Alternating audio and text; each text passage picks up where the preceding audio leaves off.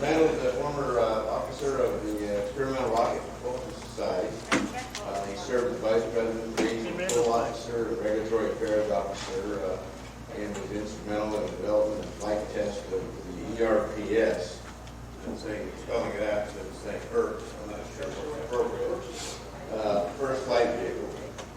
He wrote the test checklist for static and flight tests, and safely conducted approximately 30 static tests and 7 flight tests. Wrote comments on flights,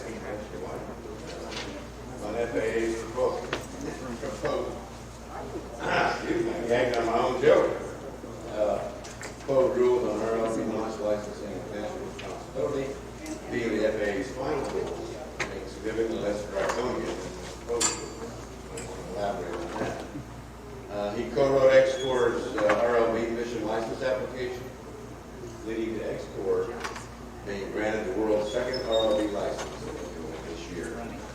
Veteran U.S. Marine artilleryman, Clague has directed hundreds of live fire missions and experienced in high-stress, safety-critical operations.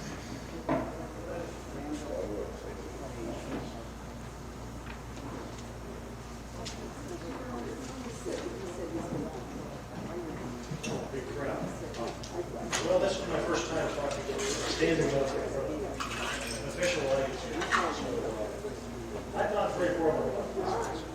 I'm happy to take questions during the presentation. One comment on my bio. Wayne was talking about he didn't think it was a good idea to have troops on the defending territory. As a Marine, I think that's a fabulous idea. You know, just give somebody a rifle and you can defend thousands of square kilometers. I'm here to talk about 3752, which is the Commercial Space Launch Amendments Act of 2004. And it does a whole bunch of things. Basically, what it does is it updates commercial space legislation to account for current technology, much the same way that the Commercial Space Act of 1998 specifically authorized FAA to license re-entries. This legislation, among other things, authorized FAA to license passenger space. We don't call them passengers because that would cause confusion with common carriers. You know, we're not going to fly mom and pop to Duluth. We're flying Mr. Rich Millionaire I climbed Mount Everest last year on an Alan Shepard run. And FAA currently has no authority to license such missions. There's no legislation saying they can do that. There's no legislation saying they can't. If they wanted to, they could.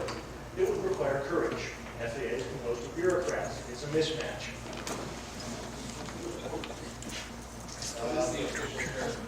Okay. Passenger are called space flight This one participants. at the door over there, okay, instead of coming to Bingham. Is he going to be We tested? need to come up with something, you know, they're not crew. Yeah, I thought you were taking Because care they're of basically it. just sitting in the back seat, You're making taking pictures. pictures. That's They're good. there for their own benefit. I don't know, I should go The back. mission, in fact, the mission is for their benefit. And we had to come up with something that was not passengers. Clearly, we're not talking about passengers. The Warsaw Convention doesn't apply. You're not covered with your luggage for $5,000 or whatever it is. Self-integrating meat payloads with Steve. Well, we call it the title of the meat servo. Let's see. Commercial Space Launch Act was enacted in 1984, so it's been 20 years.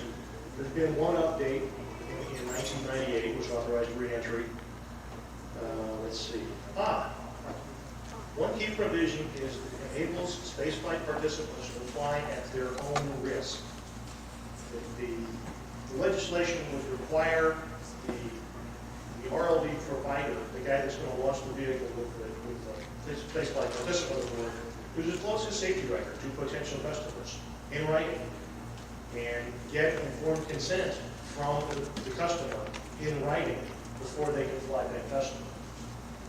And this basically it covers everybody's behind, and it lets the customer decide who they want to fly with.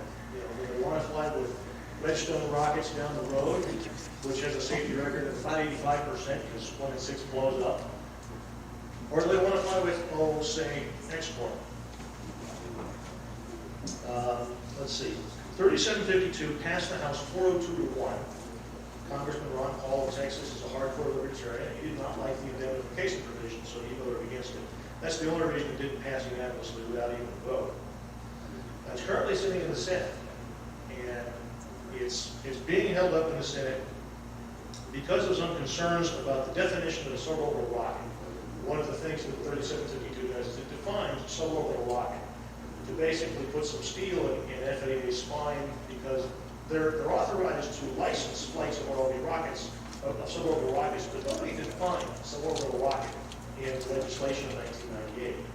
So, you know, if you've got something that has wings and is rocket powered, well, is it an airplane? Is it a launch vehicle? What is it? And AST decided, well, that's a suborbital rocket. And they came up with some definitions, talked about them publicly for the first time last April, published them in the Federal Register in October. There weren't any comments for that, so they were incorporated in 3752. And now there's some opposition to those definitions by people whose vehicles would not be included in those definitions. And they don't particularly want to be a test case, so they want the legislation changed to include their vehicles in the definitions.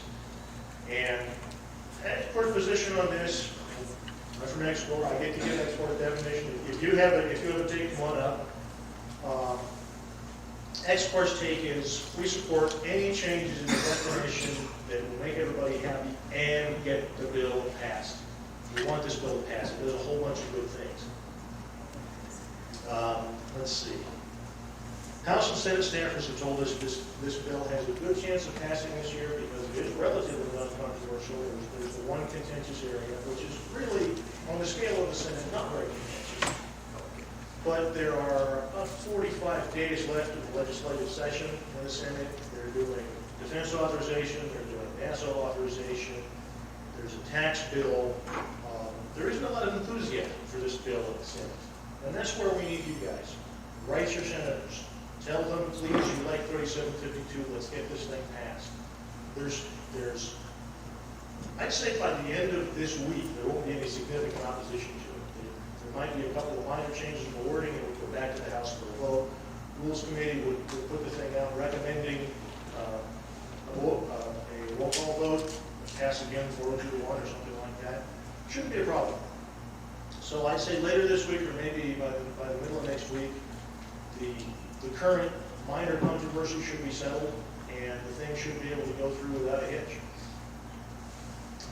So write your senator, and do it quickly, because the sooner we can get this thing passed, the more likely it is that it will pass.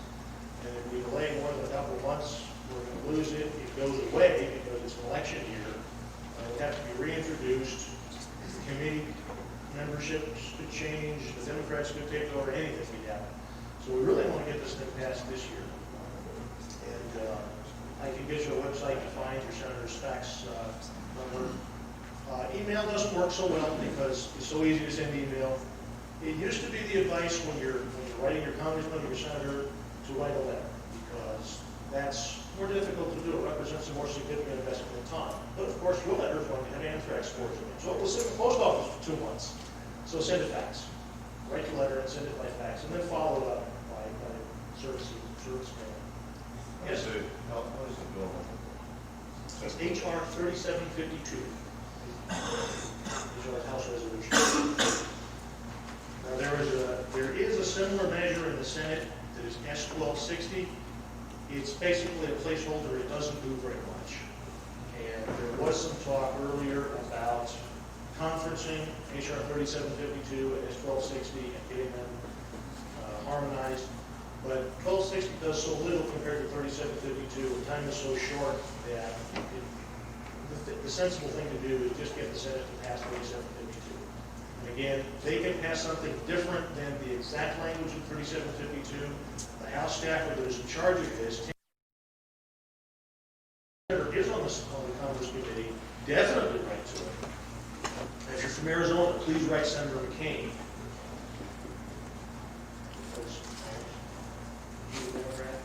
I confirmed that Chris Hollings is the Democratic member of the Commerce Committee. Not a high-tech guy. He's retiring.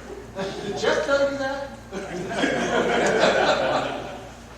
We have the plausible deniability that Wayne was looking for. But no, that was great. Any further questions? Okay. support HR 3752.